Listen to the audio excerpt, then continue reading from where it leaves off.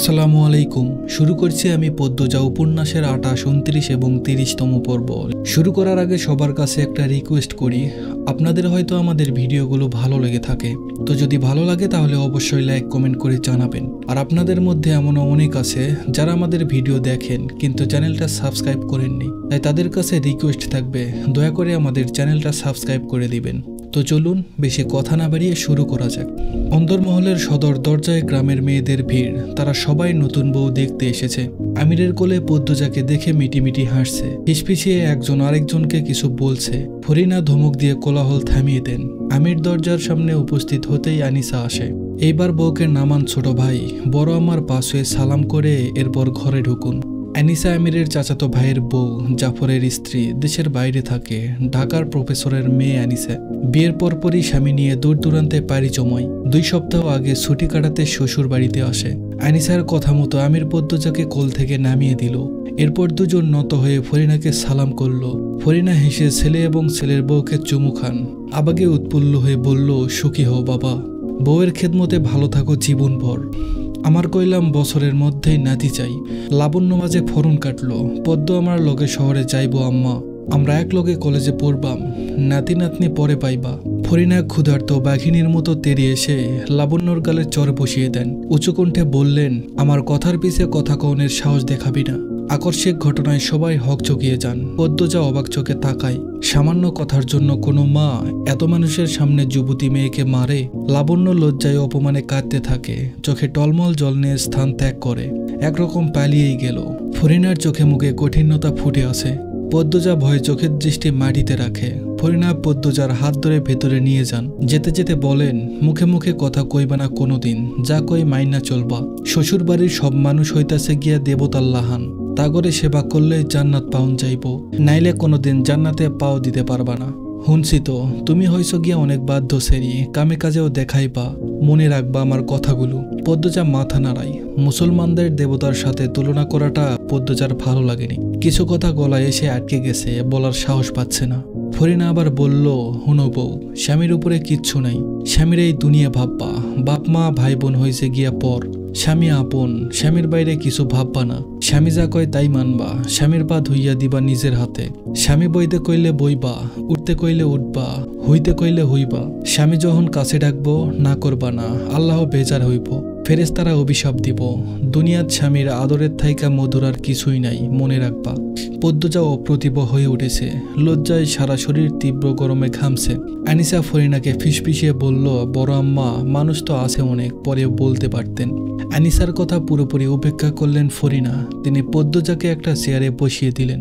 আবার বলতে শুরু করলেন, খালি স্বামীর লইয়াও পইরা থাকুন যাইব না, তোমার শ্বশুর শাশুড়ি জীবিত আছে, তাগর সেবা করবা, যখন যা করতে কইব করবা, না পারলে কইবা শিখাইয়া দিমু, প্রতিদিন ভোরে উঠবা, নামাজ পইরা রান্নাঘরে যাইবা, তখন সবকিছু ভুইলা রান্ধনে মন দিবা। আমির কপালের চামড়া কুচকে মায়ের কথাগুলো শুনছিল।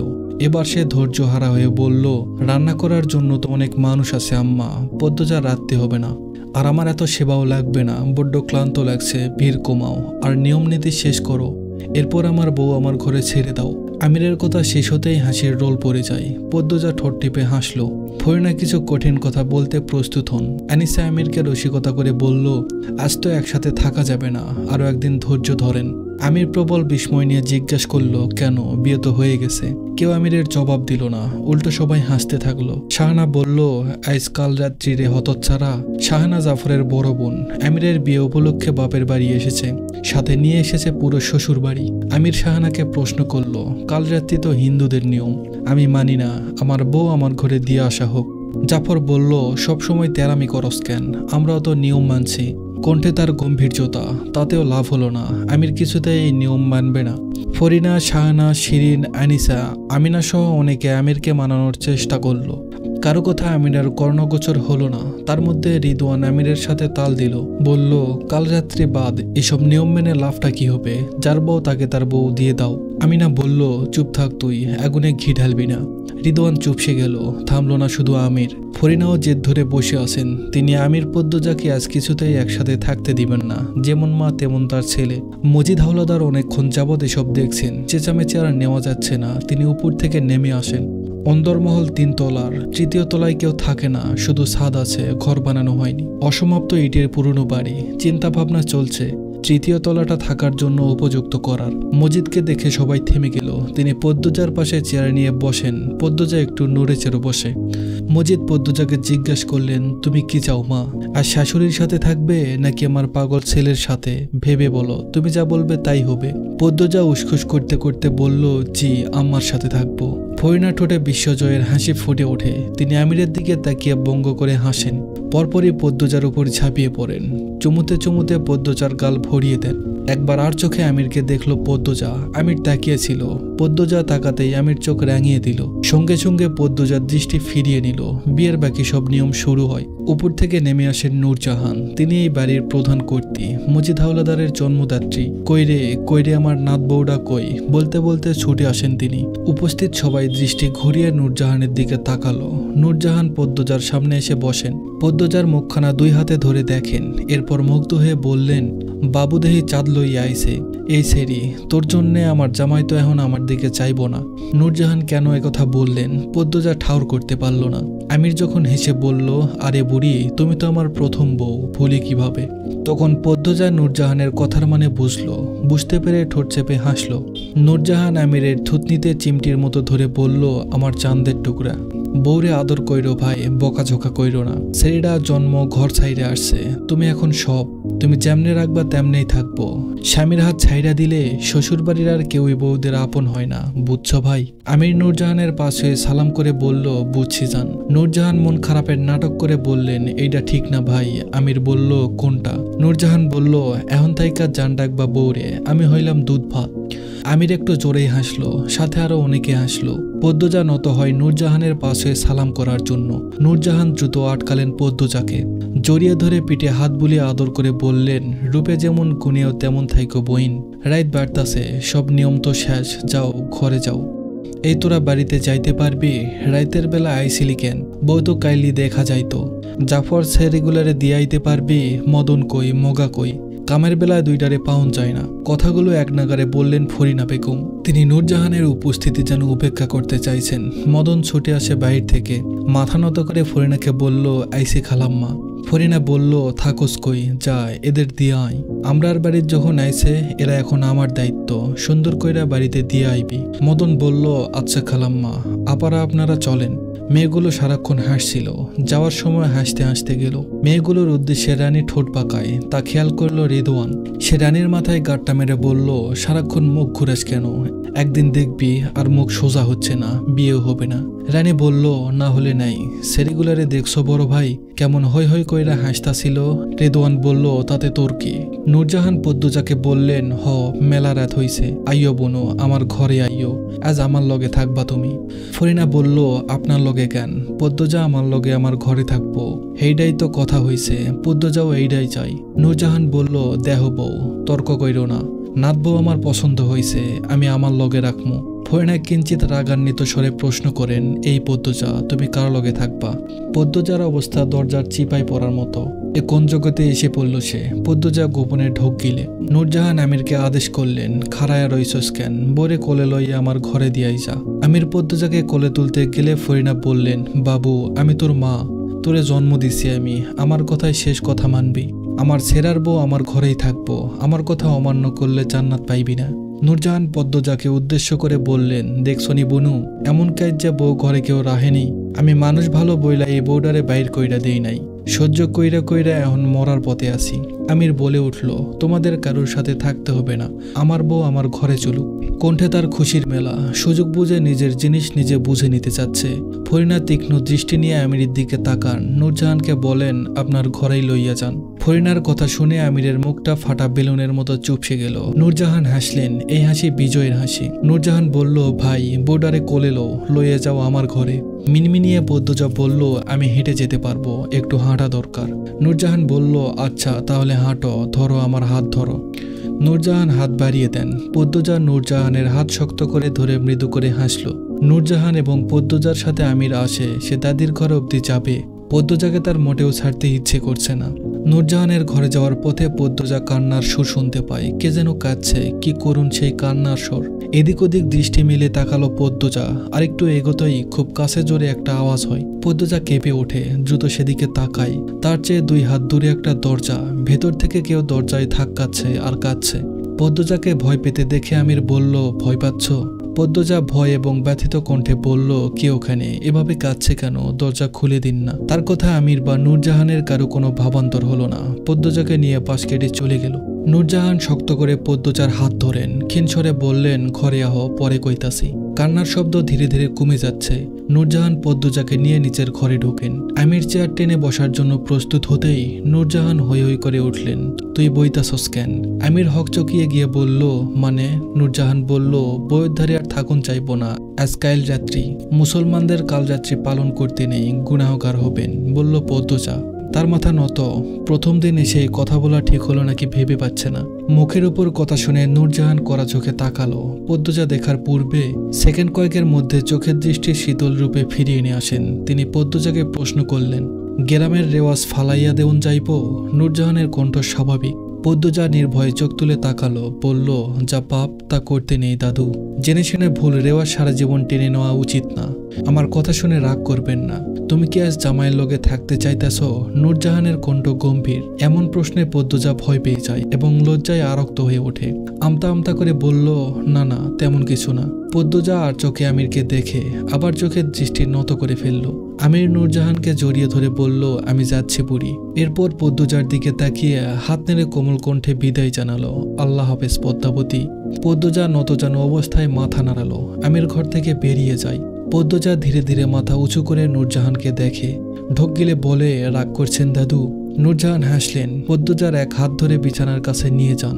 বললেন, আমার বইনে তো ঠিক কথাই কইছে, গুসা করতাম ক্যারে। পদ্মজা স্বস্তির নিঃশ্বাস নিল। নূরজাহান বললেন, তুমি বউ, আমি জ্যোৎস্নার মারে ভাত দেওয়ানের কথা কইয়া আইতাছি।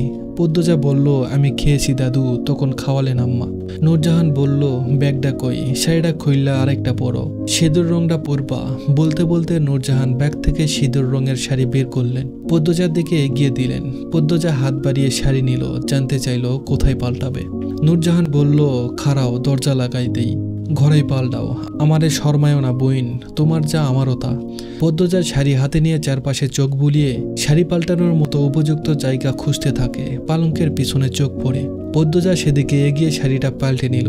এরপর নূরজাহানের উদ্দেশ্যে প্রশ্ন ছুড়ে দিল, দাদু তখন কাঁদছিল কে? নূরজাহান বিছানায় বসতে বসতে জবাব দেন, আমার খলিলের বড় ছেলেটার বউ। পদ্মজা 2 কদম এগিয়ে আসে, আগ্রহ ভরে জানতে চায় কেন কাঁদছিল। ওনাকে কি ঘরে আটকে রাখা হয়েছে? নূরজাহান বলল, বউ, আমার ধারে বউ। পদ্মজা নূরজাহানের সামনে ঝুঁকে বসে। নূরজাহান বললেন, তোমার চাচা হৌরের বড় ছেলেটার বউ রুম্পার গত বৈশাখে মাথা খারাপ হইয়া যায়। এরে ওরে মারতে আসে, কাউরে চিনে না, নিজের স্বামীরেও চিনে না। আলমগীর তো এখন ঢাহাতে থাহে। আমির তো গ্রামে আইসে অনেকদিন হইল। আলমগীর শহরে আমিরের কামটা করতেছে। এর লাইগায় তো আলমগীর বিয়েতে আসিল না। রুম্পা তোমার হাউরিরে দানিয়া মারতে গেছিল। পদ্মজা আটকে উঠে জিজ্ঞেস করলো, এজন্য আপনারা ঘরে আটকে রাখেন ওনাকে? হুট করে কেন এমন হলো? নূরজাহান এদিক ওদিক তাকিয়ে কি যেন দেখলেন। এরপর সতর্কতার সাথে ফিসফিসিয়ে বললেন, বাড়ির পিছে বড় জঙ্গল আছে, দোষে জায়গা, ভুলেও ওইখানে যাইও না। রুম্বা শনিবার ভর দুপুরে গেছিল, এর পরের দিনই জ্বর ওঠে আর এমন পাগল হইয়া যায়। এগুলো তেনাদের কাজ, রাতে নামলো অন্যায়। তুমি মাশাআল্লাহ চাঁদের টুকরা, ভুলেও ওইদিকে যাইও না, ক্ষতি হইব। নূরজাহানের কথা শুনে পদ্মজার গায়ের পশম দাঁড়িয়ে পড়ে। মনে মনে ভাবে, অবিশ্বাস্য, ভয় পেয়ে কখনো কারো মাথা খারাপ হয়ে যায়? পদ্মজা উৎসুক হয়ে জিজ্ঞাসা করে, ওনাকে ডাক্তার দেখানো হয়েছে? নূরজাহান বলল, হ, দেখানো হয়েছে তো। শহরে 2 বার লইয়া গেছে, কবিরা যাইল, কেউই ভালো কইরা দিতে পারে নাই। আচ্ছা এইসব কথা বাদ দাও এখন। এই বাড়ির যখন বউ হইয়া আইছো সব জানবা, খালি বাইরে কইও না এই খবর, গ্রামের কেউই জানে না। রাত হইছে, ঘুমাও। নূরজাহান শুতে শুতে বললেন, হুনো, জামাইয়ের কাছে কইলাম যাইবা না। পদ্মজা বলল, না না, যাব না। নূরজাহান বলল, বুঝলা বইন, তোমার দাদা হৌরে বিয়ার প্রথম রাইতে লুকাইয়া আমারে তুইলা নিজের ঘরে লইয়া গেছিল। আদর সোহাগ কইরা ভোর রাইতে পাঠাইয়া দিছিল। আমি ছোট আছিলাম, তাই ডরে কলেজাটা শুকাইয়া গেছিল। বলতে বলতে নূরজাহান জোরে হেসে ওঠেন। পদ্মজা মৃদু করে হাসেন। নূরজাহান ড্যাদ দিকে কাত হয়ে শুয়ে পড়েন। পদ্মজা ধীরে ধীরে এক কোণে কাচুমাচু হয়ে শুয়ে পড়ে। কি অদ্ভুত সব! সাধারণ বিয়ের রাতে নতুন বউরা ঘুমানোর সুযোগ পায় না, জামাইয়ের বাড়ির মানুষরা সারাক্ষণ ভিড় করে ঘেঁষে থাকে। পদ্মজা দীর্ঘশ্বাস ছাড়ল। হ্যারিকেনের আগুন নিভু নিভু করে চলছে, নিভে যাবে যে কোনো মুহূর্তে। কেটে যায় অনেকক্ষণ, ঘুম আসে না, দেহ অচেনা অনুভূতি ছেয়ে যাচ্ছে। আচমকা পদ্মজার ভ্রু কুঁচকে ফেলল। কান খাড়া করে ভালো করে শোনার চেষ্টা করে, আবার কাঁদছে। রুম্পা মিনমিনিয়ে কাঁদছে। পদ্মজা স্পষ্ট শুনতে পাচ্ছে। সে ধরপড়িয়ে উঠে বসে। সাথে সাথে নূরজাহান পদ্মজার দিকে ফিরেন। জানতে চান, ডরাইছ? পদ্মজা বলল, উনি আবার কাঁদছেন। নূরজাহান বলল, সারা বেলায় কাঁদে, এইসবে কান দিও না, ঘুমাইয়া পড়ো। পদ্মজা উসখুস করতে করতে শুয়ে পড়ে। হ্যারিকেন নিভে যায়। নূরজাহান ঘুমে তলিয়ে যান। নাক ডাকছেন তিনি। নাক ডাকার তীব্রতা অনেক, যা পদ্মজাকে বিরক্ত করে তোলে। পদ্মজা ঘুমানোর চেষ্টা করে। হাজার ভাবনার ভিড়ে একসময় ঘুমিয়ে পড়ে। শেষ রাতে ঘুমের ঘরে অনুভব করে হাঁটুতে কারো হাতের ছোঁয়া। পদ্মজা চোখ খোলে। মুখের সামনে কেউ ঝুঁকে রয়েছে। পদ্মজা ধরফরিয়ে উঠে চিৎকার করে উঠল, কে?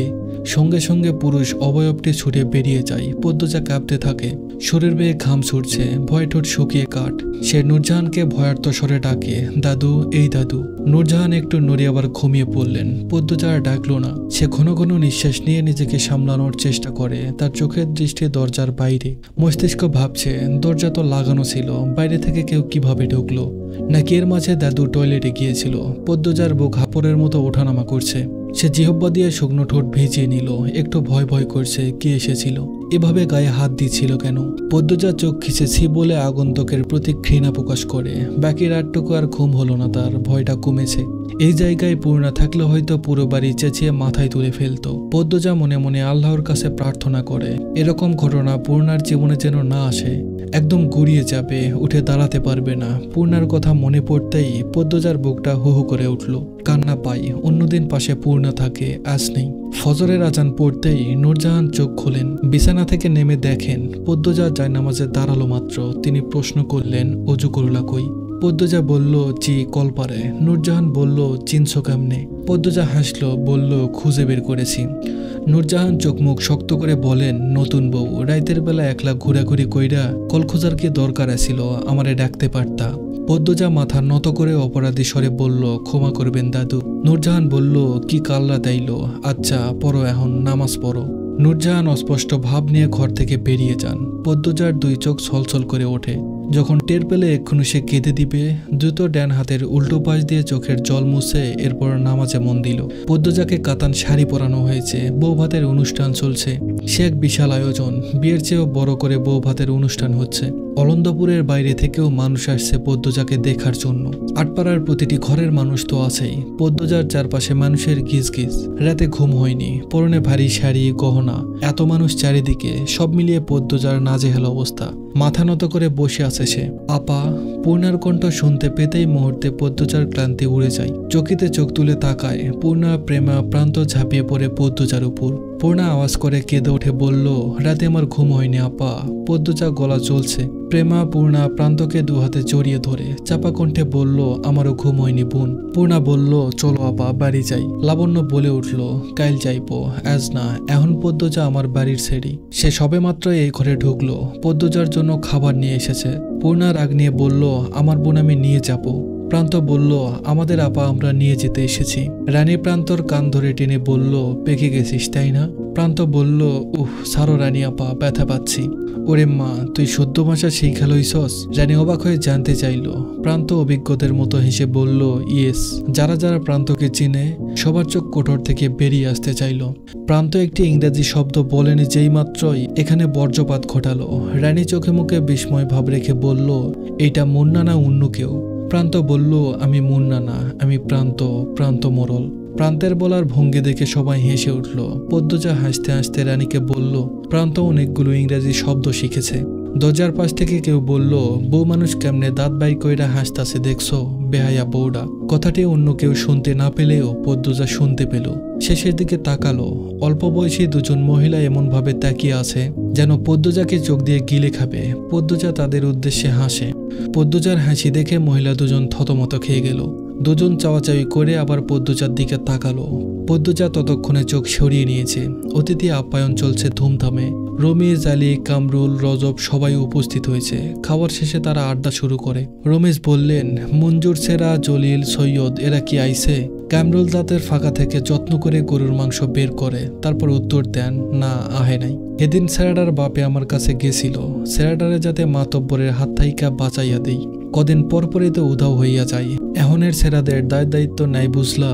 আমার যখন 10 বছর তখন খেতে কাজ করতে যাইতাম। কামরুলের কথা উপেক্ষা করে রমেশ অন্য প্রসঙ্গ তুললেন। ক্ষমতা যার বেশি হের সুখ বেশি। আমার মায়াটা নির্দোষা ছিল, তবুও কেমনটা করছিল সবাই।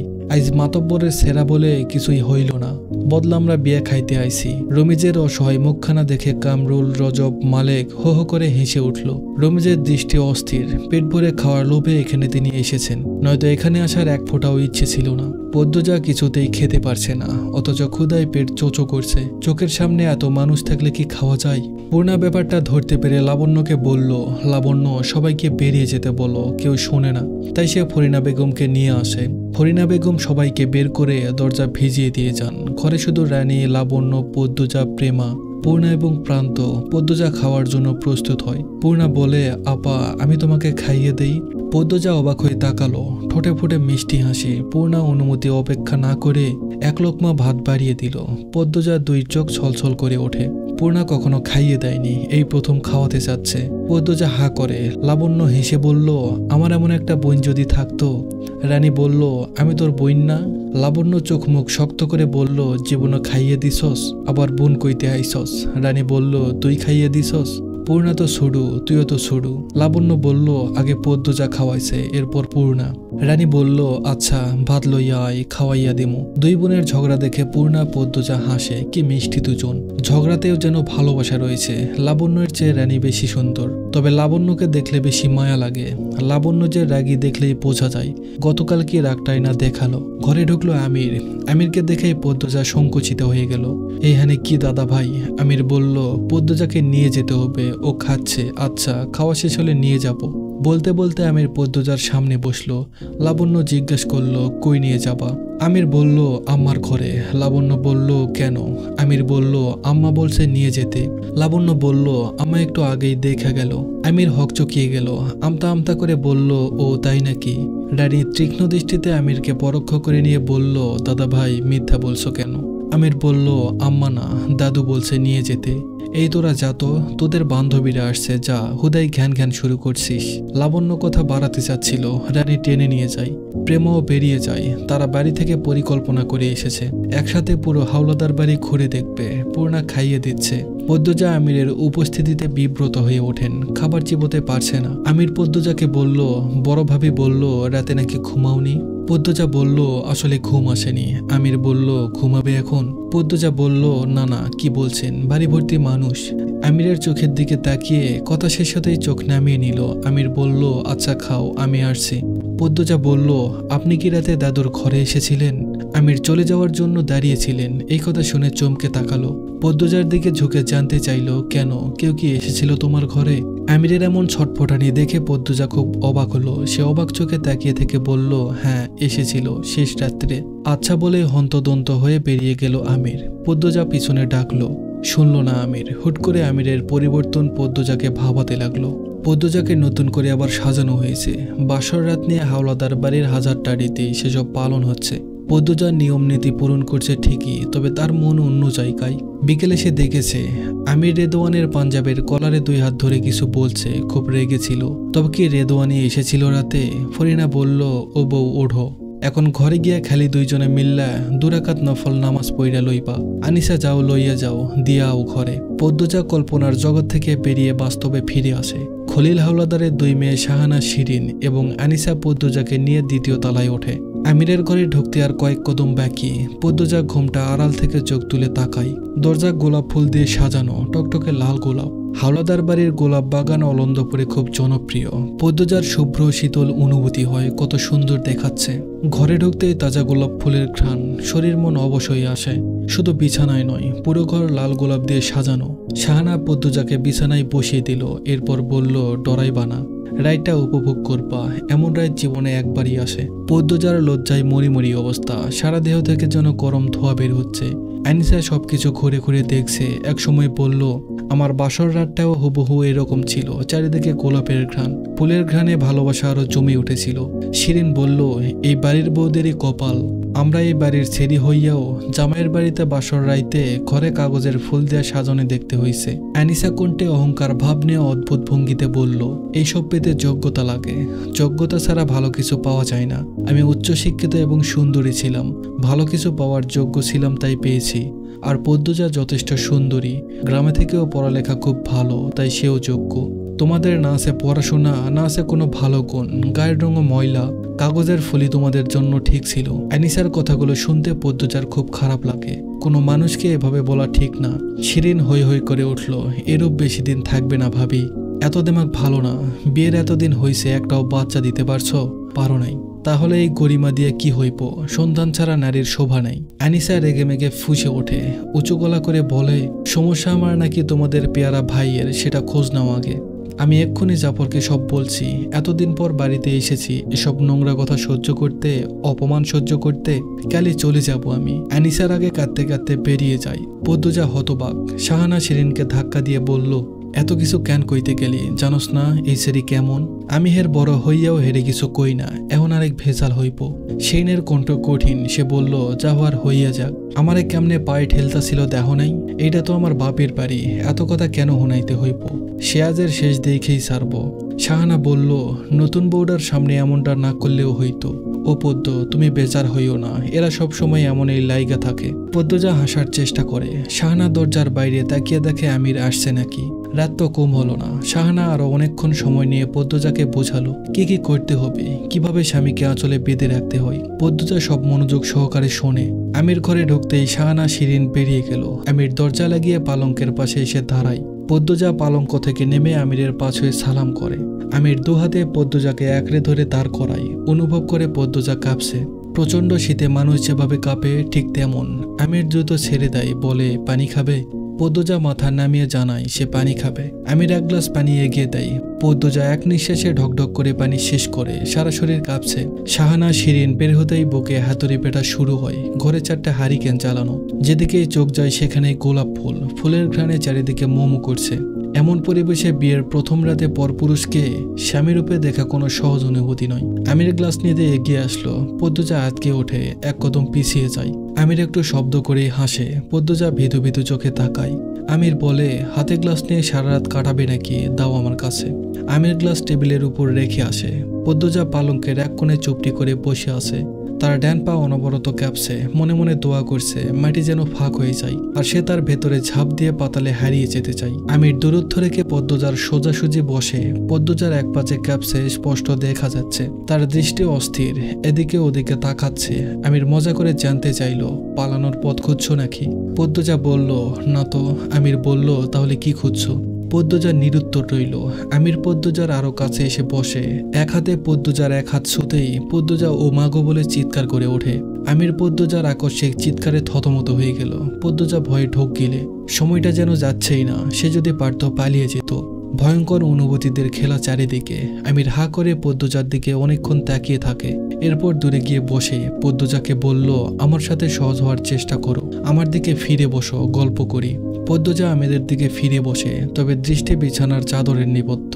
আমির প্রশ্ন করে, আমার সম্পর্কে কতটুকু জানো? পদ্মজা বলে, খুব কম। মিনমিনিয়ে বলল পদ্মজা। আমির বলল, আমি তোমার চেয়ে 12 বছরের বড়, জানো?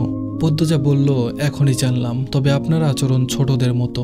আমির বলল, আমার চরিত্রের বৈশিষ্ট্য আরও আছে। পদ্মজা বলল, বুঝতে পেরেছি, আপনার কথাবার্তা এখন বড়দের মতো মনে হচ্ছে।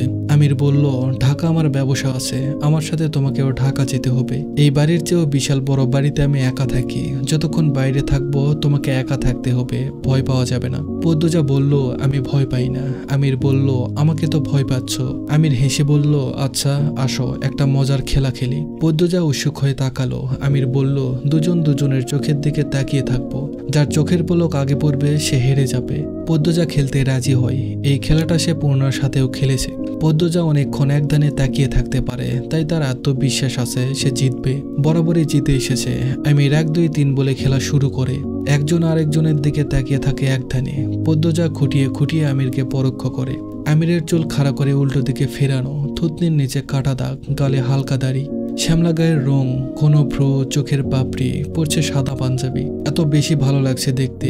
আমির পদ্মজার রূপে আগে থেকেই দিওয়ানা। তার উপর এতক্ষণ তাকিয়ে থেকে অনুভূতি দফা রফা অবস্থা। সে মুগ্ধ হওয়া কণ্ঠে বলল, পৃথিবীর সবচেয়ে সুন্দর নারী আমার বউ, কি ভাগ্য আমার। পদ্মজা বলল, আপনিও সুন্দর। কথাটা মুখ ফসকে বলে উঠল পদ্মজা।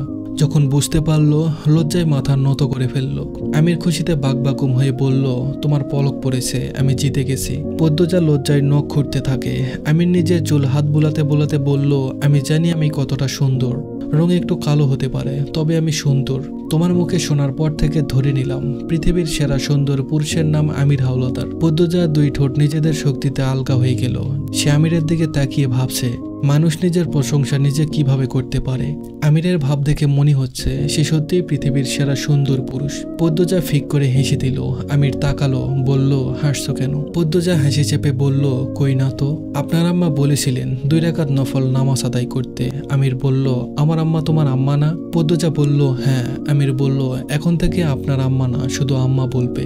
গয়নাগাটি নিয়ে নামাজ পড়বে, অস্বস্তি হবে না, খুলে এবার। পদ্মজা অবাক হয়ে জানতে চাইল। শেরনাপা বললেন, গয়নাগাটি নাকি স্বামী খুলে দেয়, তাহলে? আমির তীক্ষ্ণ চোখে তাকায়, ঠোঁটে বাঁকা হাসি নিয়ে বলল, তাই নাকি, দাও খুলে দেই। পদ্মজা দ্রুত চোখ সরিয়ে নিল। আমতা আমতা করে বলল, এটা বোধহয় নিয়ম না, তাই আপনি জানতেন না। আমি পারবো। 2 রাকাত নফল নামাজ শেষে তাহাজ্জুদের নামাজটাও পড়ছে দুজন। আমির তাহাজ্জুদ নামাজের নিয়ম জানে না, পদ্মজার হাতে কলমে শিখিয়েছে। আমিরও মন দিয়ে শিখেছে এবং নামাজ পড়েছে। এরপর পদ্মজা জানালার সামনে গিয়ে দাঁড়ালো। জানালার সামনে বিশাল বড় জঙ্গল। সে আমিরকে প্রশ্ন করল, এই জঙ্গলে নাকি কি আছে? আমির পদ্মজার প্রশ্ন শোনেনি। সে এক দৃষ্টিতে তাকিয়ে আছে পদ্মজার দিকে।